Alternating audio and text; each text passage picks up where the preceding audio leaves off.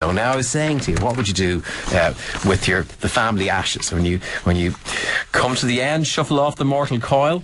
Ideas to beat the recession and what to do with the ashes at the same time. This is a very interesting business idea to beat the recession. Start up a service providing people overseas with the opportunity to have the ashes of their deceased loved ones scattered in Ireland. Do you think it's a business? Do you think it's going to fly? Well, Kevin Walker is the man behind it. He joins us now. Kevin, good morning. How are you? Just moving good morning, Mike, if I can. How are you today, Kevin? If I felt any better, I'd need a doctor or a psychiatrist.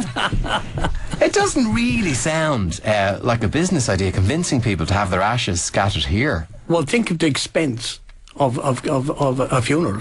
Okay, like it costs an average of €10,000 to take a casket from the States and have it. Okay, yeah, right, it's crazy money.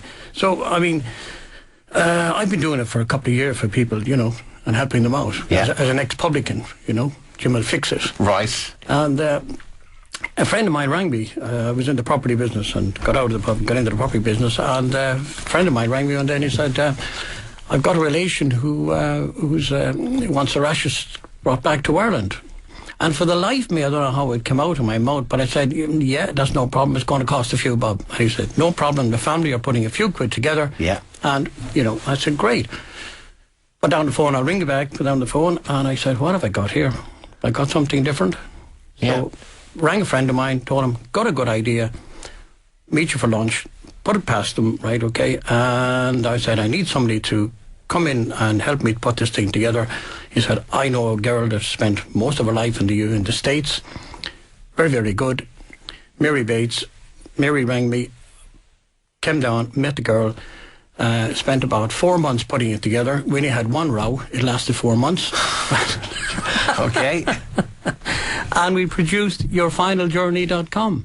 And is there much demand for a service like this? Are there enough people dying overseas, basically, who'd like to come back and have their ashes all over the in world? There's Irish people, Irish connections too. Yeah. I mean, we sent a pack to Barack Obama, right? Okay, we're waiting for yeah, a bit premature perhaps. And what's involved? I mean, are there regulations in moving Yes, ashes? there's a lot of regulations, a lot of paperwork, a lot of stuff, and that's what frightens people, you know. I mean, they're trying to get over the shock of this particular person dying, etc., right? Okay, and the person has, please get my ashes or a little bit of it back to Ireland, right? And that's where we come in, whether it's the lot or whether it's a small bit, right? Okay. And we organise it from wakes. I've got a request now for a wake in Galway. Right. So I have to organise a wake in a pub.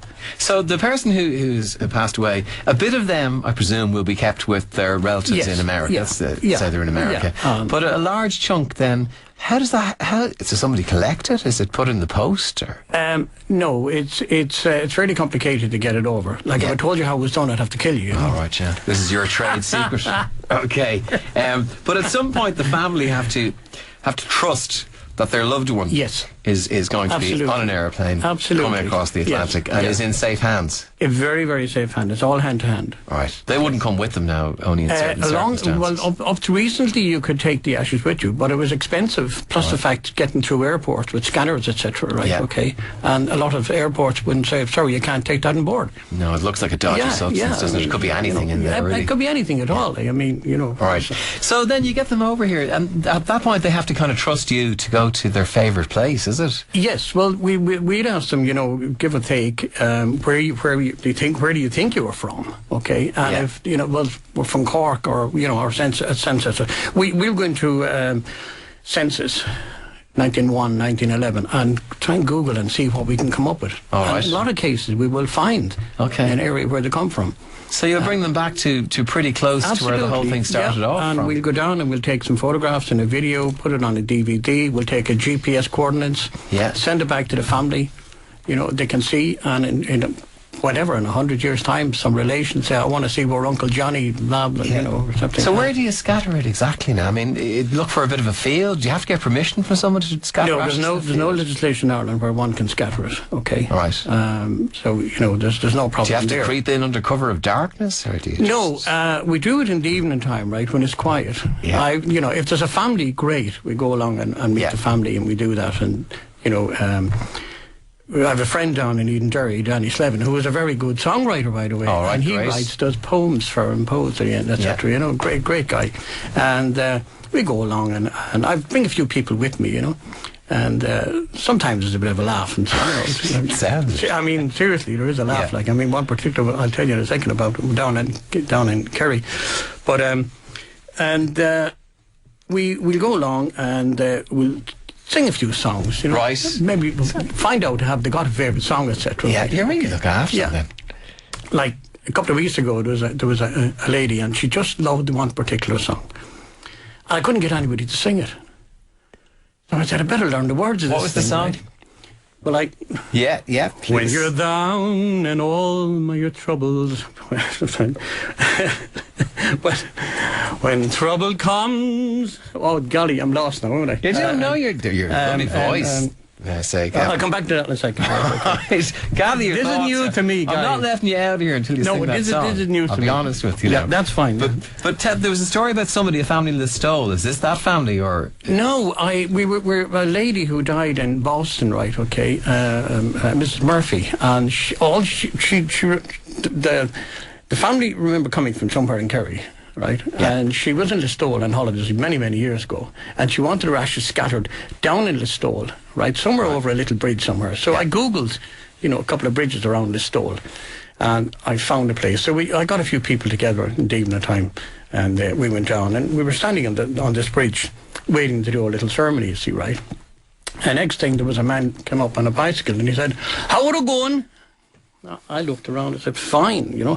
What are you doing?" And they were scattering ashes, right? Okay, I see. Who is it? I said, it's a Mrs. Murphy. And Mrs. Murphy. That must be the Murphys from Killabon. Oh, I said, could I see it? He said, no, you can't see it. It's gone to put a road across it. Oh, I said, that's no. No, he said, don't worry. He said, there's another one. He said, I live there.